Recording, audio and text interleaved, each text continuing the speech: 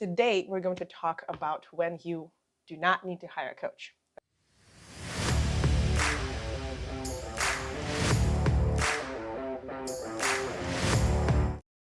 Hi everyone, my name is Katya Gorbacheva.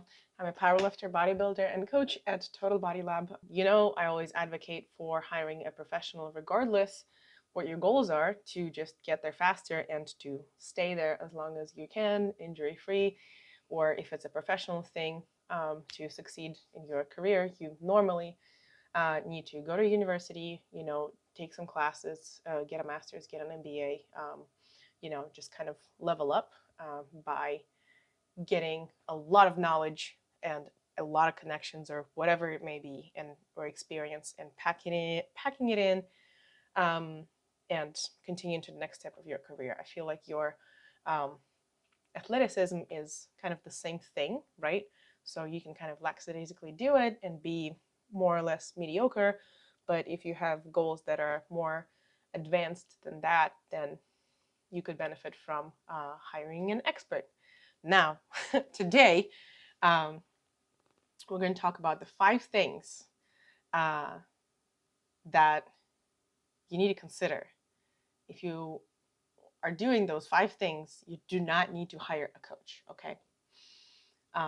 I guess another name of this video could be how to work with your coach more efficiently if you have one. So anyways, number 1 is honesty. If you're not ready to be honest and to really own your stuff, don't hire a coach, because that's what any good coach will ask you in the beginning. What are you eating? How are you lifting? How are you recovering? How much are you sleeping? Do you have any dietary restrictions, any allergies, any traumatic episodes in your past? Have you had any of those? Have you had any injuries? If you're not ready to be honest about that and say, hey, I struggled with, bulimia, I have problems with my blood work, I am actually very anxious to go into the gym, I have depression, I have anxiety, then you may not need to hire an athletic coach for that. You probably need to do some therapy, and you probably need to go to doctors first. So if you're not ready to be honest with your coach about what's happening in your life, you may actually hurt yourself, and it's not going to bring you any value anyways. It may actually put you at risk. So please don't hire a coach if you're not ready to just look at yourself honestly first and be ready to tell another person that you probably don't know yet, at least, what is going on. Okay. Everything you tell your coach is confidential, of course, but it still may be really hard if you haven't told your loved ones, or haven't been kind of accept yourself, whatever the struggles you're going through, right? And say hey, I am, the I am statements are really hard, right? I am bulimic, or I am alcoholic, or I am a smoker, rather than I drink with friends on the weekends, I occasionally overeat, and then it can go, I guess, south from here. But you see what I'm saying? If you accept that you're doing certain behaviors every once in a while, and you still haven't accepted that this may be a problem, this has lasted a while, I guess hiring somebody who is not qualified in treating that specific problem will not necessarily help you, right? I hope I made my point across. Let me know in the comments if I did. Number 2, don't hire a coach if you are not ready to tell you what you need the most and how to support you the most, right? So I think everybody should get stronger, and everybody should just work with barbells and power lift, or do Olympic lifting, or whatever it may be. Let's say powerlifting, for example. I think everybody should enjoy doing squat, bench, and deadlift if they have good range of motion. If they don't, they should develop it. If they don't have enough strength, they should develop it, and they should start loving those things and doing them and enjoying them. However, a lot of clients come to me and they say, hey, I want to lose weight, but I don't want to look like you. I don't want to be big, or I don't want to be bulky, or I don't want to work with barbells. I want to go to Planet Fitness. It doesn't have barbells. It has some free weights. It has dumbbells, but that's what happens when you film a lot of videos in a row. Yeah, but they're not super heavy, or I'm afraid to work with free weights. I am only willing to use body weight. I am only willing to use machines. I'm only willing to walk and not jog or not run. So anyways, tell your coach what your limitations are, how they can support you best. If you're not willing to do that, if you're not willing to say, hey, I actually just, need to lose weight. Maybe I don't need to exercise. I don't have time or I don't want to. If you write me a program, I won't do it anyways. So how about you just write me a nutrition program instead? You know, work with them. You are hiring them. If you're not willing to tell them what you need exactly, don't hire one. Number 3, if you are currently working with the weights, I would say wait a while before hiring a coach if you have never filmed your own lifts and if you have never looked at them and watched them in between sets. That will save you probably some time and probably some money, because a good lifting coach, a good powerlifting coach will and should request your video feedback. So they're going to request for you to film compound lifts, at least, maybe all of the lifts in the beginning, maybe some of the lifts if you're experienced and they already trust you. So regardless, if you are not willing to record the videos and look at yourself, if you're not willing to give yourself that feedback, maybe start there if you haven't been willing to do that. Another question is, if you are not willing to do that, why? Like, it takes, less than a minute to look at your video and be like, oh, I actually fold forward, like the barbell folds me forward on a squat. So maybe I should, do front squats or slow squats, tempo squats facing a wall, or heel elevated kettlebell squats, whatever it may be, to work on be more upright. Maybe I need to actually mobilize my hips. Maybe I don't have enough of a range of motion there. Maybe my lower back is weak or my mid back. I don't know. And I will not know until you show me how you lift. Otherwise, I can only assume. And I really hate to play the guessing game when, like, my clients complete the workouts complete, right? They mark them complete in my TotalBodyLab software, in the application where I write my workouts for them, and I have no idea how they did them. If they're lying, they could be lying. People have lied to me in the past, which I think is the dumbest thing. Like, why do you hire a coach if you're gonna lie to them? Like, to feel better about yourself? But literally, you could have spent this money more, I guess, enjoyably than hiring a professional to write you an exercise and nutrition program and make them believe that you do that. Like, what's the benefit of that? Anyways, so yeah, if you haven't filmed yourself, at least do that for a while before asking somebody to look at your lifts. Maybe you'll notice something that you can work on, even without a coach. Show it to a friend who's been lifting for a while. Maybe you guys can talk about it. And then now that you are accustomed to doing it, you can actually ask professional opinion on, okay, I'm looking at the squat. It looks decent to me. I don't know what I should fix. Can you look at it? Tell me what you should fix. Then it may be more worth your while. Number 4, what is your timeline?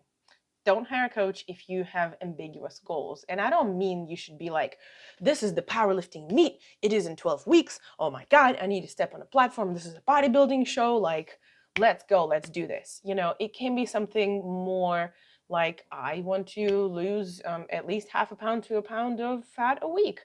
It can be, something more like, I want to look comfortable in a bathing suit.